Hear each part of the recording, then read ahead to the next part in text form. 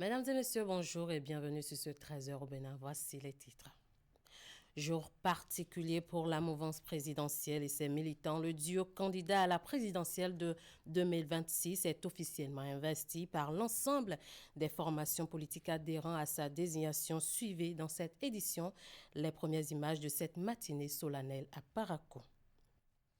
Retour dans ce journal sur le parcours de Romuald Wadain, ce jeune béninois natif de la commune de Lokossa, investi ce jour principal candidat de la mouvance à la prochaine présidentielle. Et puis, la liste des joueurs convoqués pour affronter le Rwanda et le Nigeria dans le cadre des 9e et 10e journées des éliminatoires de la Coupe du Monde 2026 est désormais connue. Le sélectionneur de l'équipe nationale l'a dévoilé dans l'après-midi de ce vendredi. Les précisions à suivre.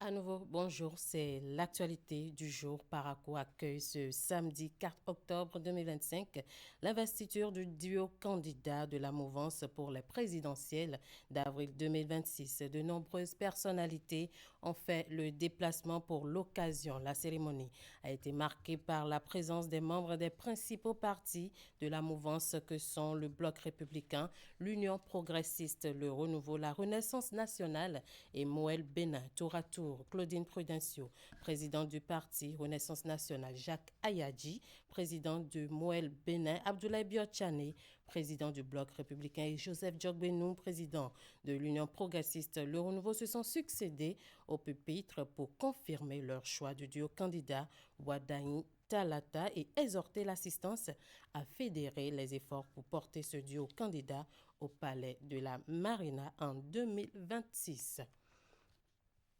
Un peu plus tôt, dans la matinée, nos envoyés spéciaux ont fait le tour du stade municipal de la cité des Kobourou qui accueille l'événement. Nul n'a voulu se faire compter le dit événement. Virgile Arodayon pour plus de détails. Un peu avant 7 heures ce matin et déjà du monde aux alentours du stade Omnisport de Parakou. Personne n'a voulu se faire compter cet événement. Autour du stade, de petits groupes de personnes pour les derniers réglages en ce qui concerne les badges non encore distribués. Nombreux sont ceux qui se sont réveillés de grand matin pour vivre cette investiture historique dans ses moindres détails. En un mot, l'événement s'annonce grand et les populations s'impatientent. Hyper content, ému. Vous voyez, la cérémonie est à 10h30 et vous voyez l'effervescence sur le terrain. Vous voyez le monde.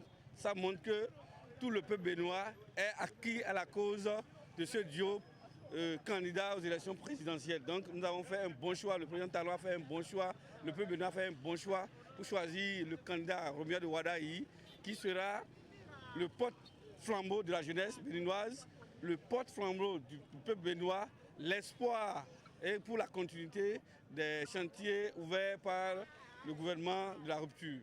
Pour la grande majorité des populations rencontrées ici à Parakou, le choix de Romuald Wadain est juste et raisonnable. C'est donc confiant de ce que le job sera fait et bien fait, que les populations se déplacent en masse pour être les témoins privilégiés de l'officialisation de la candidature du tandem qui portera les couleurs de la majorité présidentielle. C'est l'événementiel de ce jour.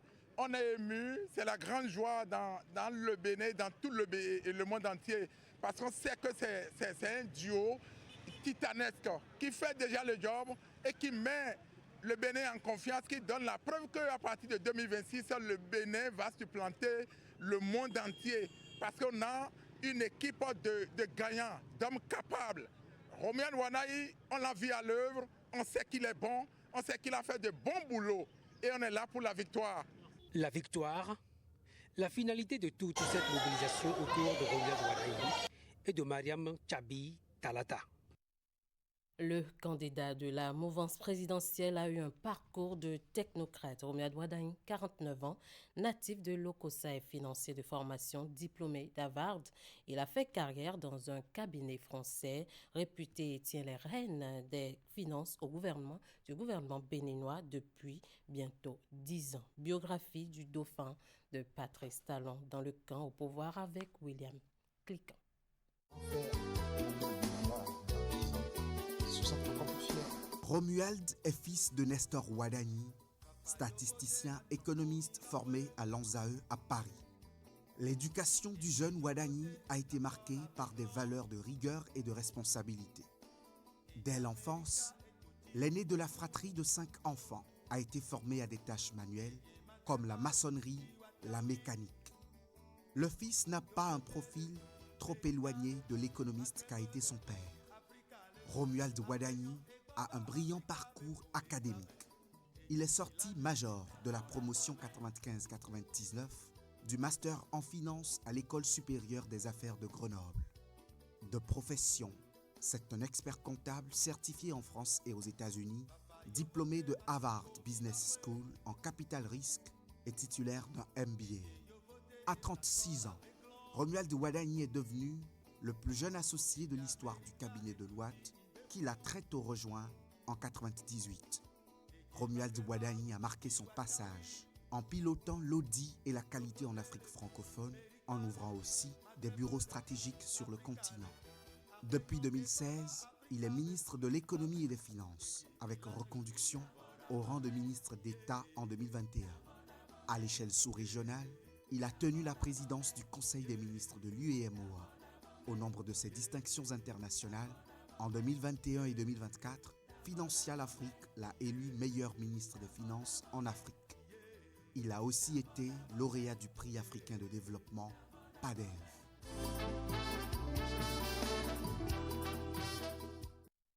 Investie ce jour aux côtés de Romuald Ouadani dans le cadre de la prochaine présidentielle, elle est la toute première femme à occuper le poste de vice-présidente de la République du Bénin. Mariam Tchabitalata, une figure discrète mais qui a marqué l'histoire politique de notre pays.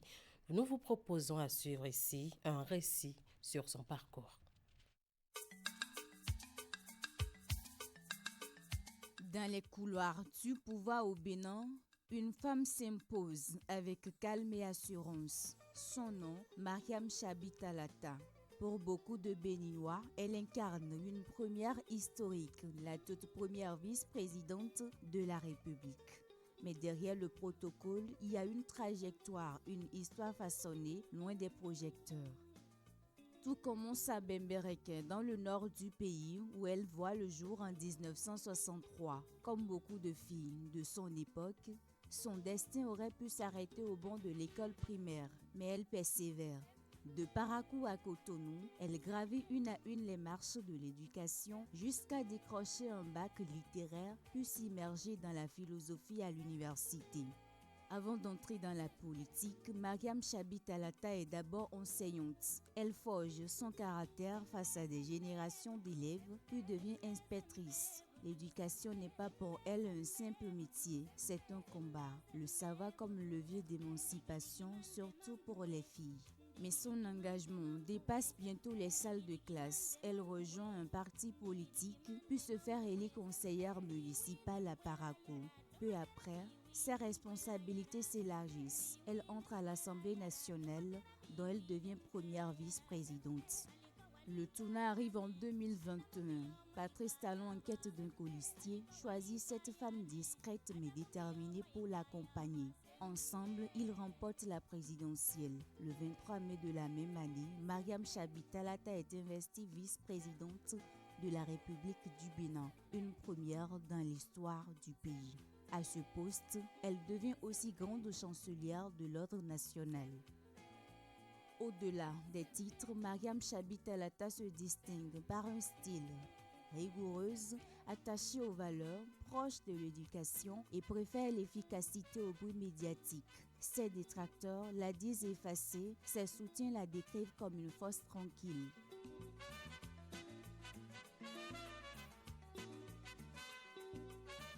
Aujourd'hui, elle demeure une figure clé de l'équipe au pouvoir. Femme, enseignante, philosophe, vice-présidente, son parcours raconte celui d'une génération de Béninoises qui ont franchi les barrières pour se hisser au sommet. Dans un pays en pleine mutation, Mariam Tchabitalata symbolise à la fois la continuité de l'État et l'ouverture d'une nouvelle ère, puisque choisie comme colistière du candidat de la mouvance Romuald Ouadani à la présidentielle de 2026. une ère où les femmes s'installent durablement dans les plus hautes fonctions. 4e anniversaire du décès du feu Nestor Ouadani. L'événement n'est pas passé sous silence au cadre de concertation des jeunes. À travers une messe d'action de grâce, les membres ont une fois encore rendu hommage au père fondateur de leur regroupement. Les manifestations ont été l'occasion pour ces jeunes de notifier leur engagement, puis d'appeler à la mobilisation autour du candidat de la mouvance et sa colistière, Imet Hélène Amossou. 4 ans après le décès de feu Nestor Ouadani, le cadre de concertation des jeunes CCJ honore la mémoire de l'illustre disparu. Venu de plusieurs régions du pays, les membres du Creuset ont rallié Zanyanando pour une messe d'action de grâce. Cette occasion de recueillement a une fois encore été saisie pour rappeler quelques qualités du père fondateur de ce regroupement. J'ai retenu que Papa Nestor Ouadani est un développeur. Il est animé dans ce sentiment de développement à travers beaucoup de projets. Il était animé par une solidarité, parce que c'est quelqu'un qui aime partager. C'est quelqu'un qui n'aime pas voir ses semblables en souffrance. Je crois que la vertu doit être cultivée. Et comme il a compris très tôt et a essayé de mettre en place un creuset pour accompagner la jeunesse qui n'est pas reconnue souvent comme assez proche de la vertu, je crois que c'est quelque chose qu'il faut perpétuer et que cette idée puisse vivre et survivre. Rendez-vous important au dit des organisateurs, cette cérémonie d'hommage intervient à un moment crucial. Elle sonne donc comme une rencontre de mobilisation et d'invite à la jeunesse en vue de s'unir autour du choix du candidat opéré par la mouvance pour la présidentielle de 2026. Le choix du duo Ouadani-Talata par la majorité présidentielle, en l'occurrence l'UPR et BR, sonne pour nous comme un accomplissement prophétique de la gestion du pouvoir par la jeunesse. Depuis la région Pays à Gonli, nous lançons un appel au peuple béninois en général et à sa jeunesse en particulier, un vibrant appel à se désolidariser de tout acte attentatoire à la paix et à la cohésion sociale. Pour l'unité, la cohésion sociale et la poursuite des actions de développement entamées depuis 2016, le CCJ exhorte les jeunes de toutes les localités à jouer convenablement leur partition. Nous, jeunes CCJ, optons pour la continuité des actions salvatrices du pouvoir, de la rupture qui a amorcé un développement durable. Toujours engagés et déterminés à œuvrer pour la construction d'un Bénin fort et moderne, ces jeunes peuvent compter sur l'accompagnement des autorités sages et notables.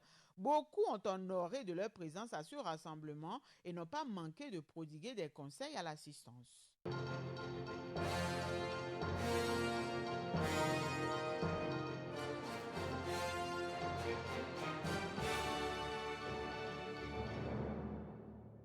On change donc de registre. On parle à présent de la phase 3 du programme gouvernemental microcrédit Alafia, dont la 3e phase, est désormais opérationnelle avec un plafond de prêt relevé à 200 000 francs CFA et une procédure désormais entièrement digitalisée.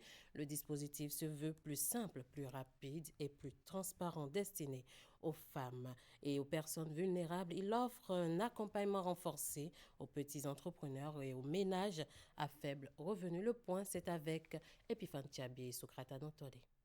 Le microcrédit Alafia phase 3 est désormais opérationnel. Ce programme gouvernemental, conçu pour soutenir les femmes et les personnes vulnérables, marque un nouvel élan dans l'accompagnement des petits entrepreneurs et des ménages à revenus modestes. Avec un plafond de prêt désormais porté à 200 000 francs CFA et une procédure entièrement digitalisée, le microcrédit Alafia illustre la volonté de l'État de rendre la protection sociale plus accessible, transparente et efficace.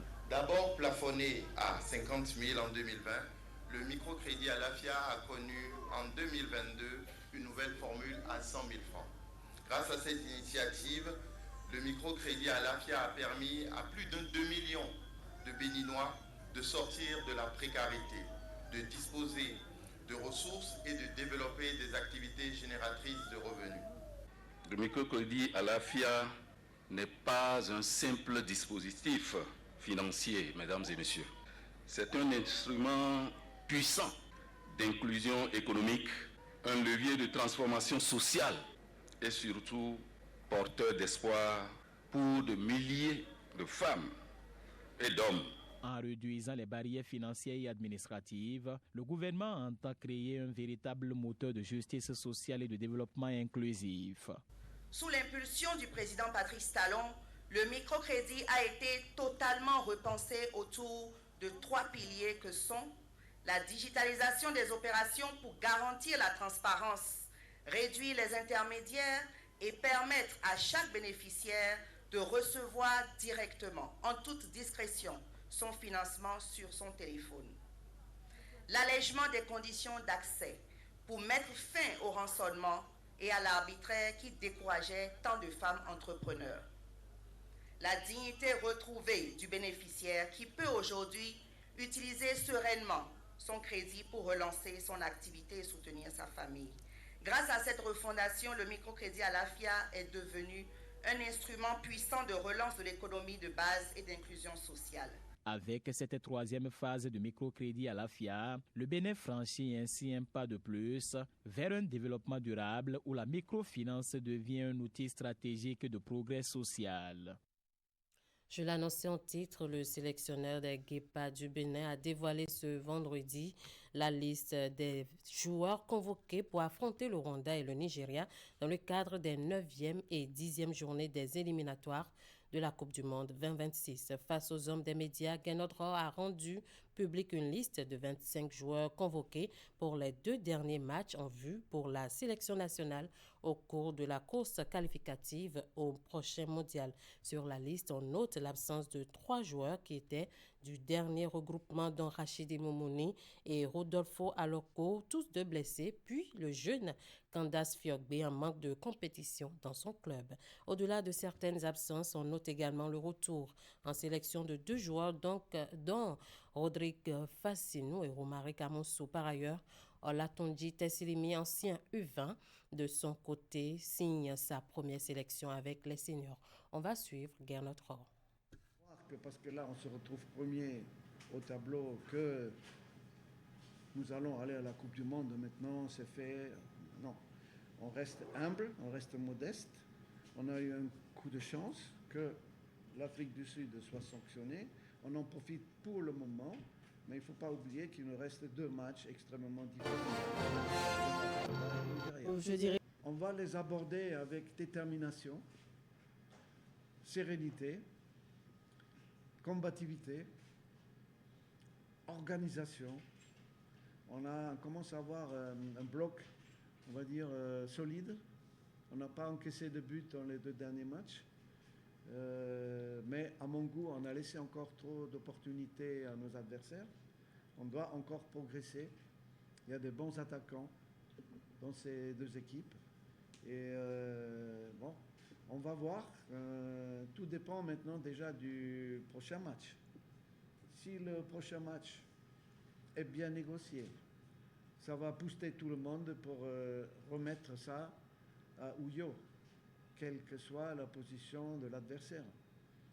Parce que si le Nigeria gagne son prochain match, eh bien, il pourra aussi prétendre, je pense qu'il va battre les Lesotho, qui est out, qui n'a plus rien à jouer maintenant. Si le Nigeria les bat, le dernier match va être vraiment très chaud, puisqu'ils peuvent espérer aussi, en nous battant. Il y a aussi le goal average, comme vous avez vu. Les 4 pays peuvent espérer. Donc c'est une situation vraiment très intéressante, passionnante même, comme je ne l'avais jamais vécu dans ma longue carrière de professionnel. Donc il faut rester la tête froide, il faut être enthousiaste, parce qu'on est premier, mais un enthousiasme mesuré.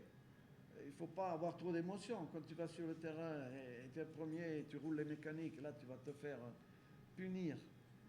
Non, on va y aller en toute modestie, se baser sur ce qu'on a fait les 2 derniers matchs et essayer, avec nos moyens, qui sont des moyens collectifs avant tout, de faire le mieux possible. Fin de ce 13h au Bénin. Merci de nous avoir suivis. Merci à toute l'équipe de rédaction, de réalisation et de diffusion. Passez un très bon week-end en compagnie des programmes de Canal 3 Bénin.